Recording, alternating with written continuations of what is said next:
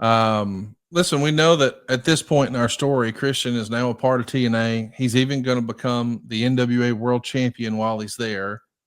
Eventually, though, his time comes to an end, and we're going to see him come back to the WWE. And when he returns, he's put on ECW.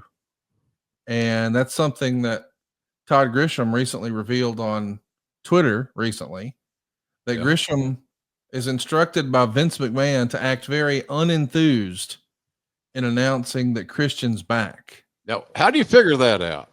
I, How does that make any common sense? It doesn't make any common sense. You don't hire a talent.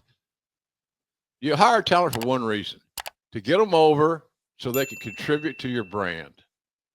How in the hell? How would Todd Grisham know how to do that anyway? Just lay out. You could lay out a simple enough.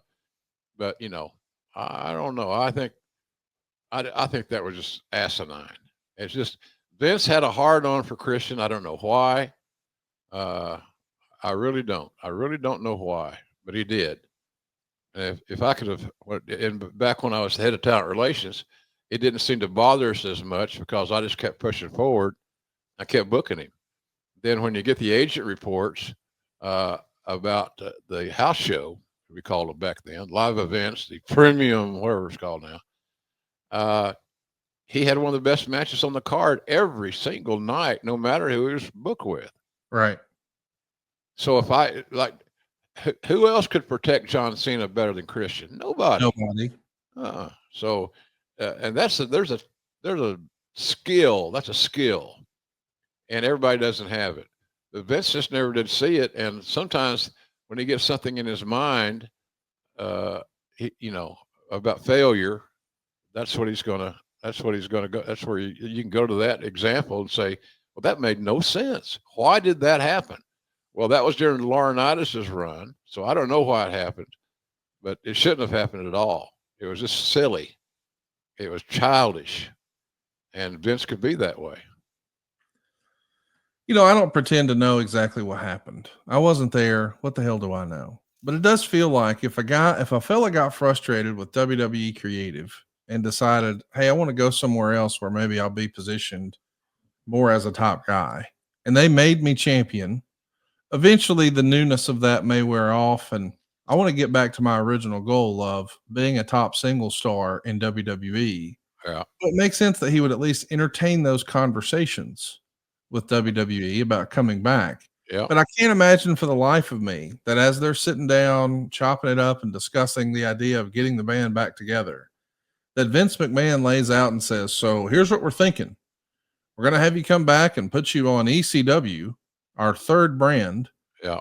And when we introduce you, we're going to have the announcers not really be too excited that you're back. It's going to be like, oh, Christian's back. I never heard that. He never told me that. Vince didn't. I call the matches just like I saw them, tried to add some reality and some believability to it. And I wasn't going to play that fucking game. I was not going to see a talent working his ass off, taking bumps, a guy with a bad back. We can't forget that. And he worked his ass off. He bumped for everybody. He led matches. The heels traditionally, it's not always that way today. It doesn't seem like anyway. But the heels traditionally, Conrad, as you know, we've talked about it, call the match. They lay it out. And that's just how it's been, since the beginning of time. When I got in the wrestling business in 1974, it was that way. And it hasn't changed.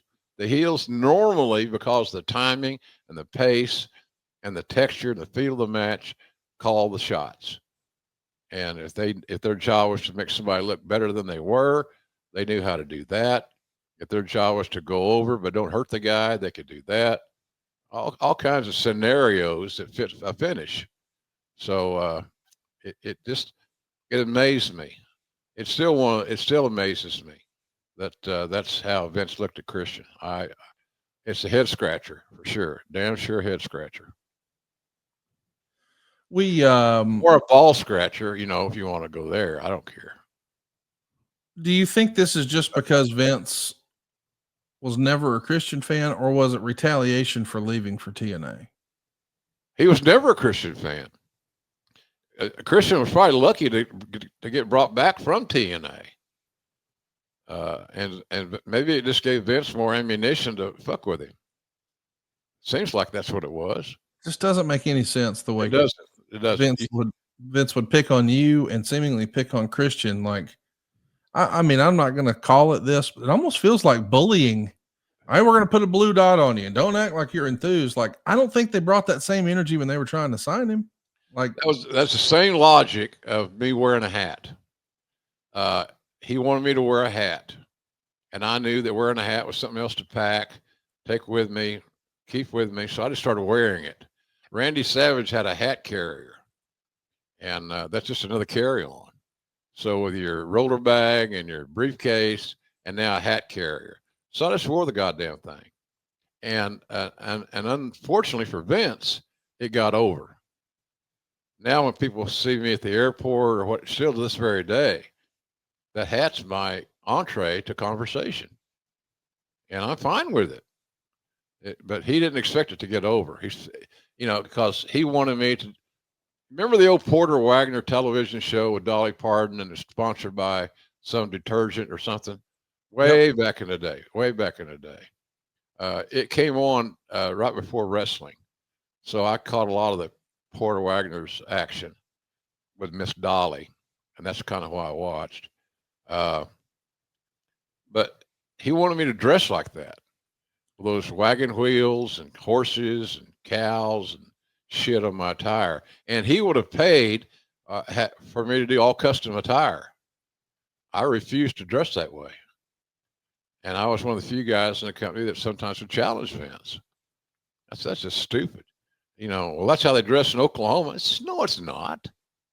Porter Wagner's an entertainer out of Nashville. So that's where it starts. That's where it ends. And I'm not wearing it. I'll be happy to wear the hat for you and make it mean something. But I'm not going to wear those goddamn covered wagons and all that shit on my tire. So I'm not doing it. So, and he understood it. It wasn't a representation of Oklahoma. right. You're several decades too late for that. Yes. We're behind the timeline. So he's a strange dude, man. Vince McMahon. I wonder what he's doing nowadays. Well, that's an interesting question. We've heard that he's starting a production company. Yeah, I can see that. What do you think they're going to produce, Jim? Wrestling. It's so crazy to me that nobody's picking up on that. Like, realistically, if he's going to launch a TV show or a movie at his advanced age, realistically, how many of these projects is he going to see to fruition? And it feels like you're not going to just start over and reinvent yourself and start doing all those things at 80 some odd fucking years old. Not being ugly, just being honest. It feels like you go with what you know. So I think we're 60 days away from Vince McMahon announcing something. Really? That's interesting. I mean, I think when he stepped away, his little non-compete or separation agreement gave like a year. And I think that was late January. So I think maybe sometime in February. Maybe. We'll see.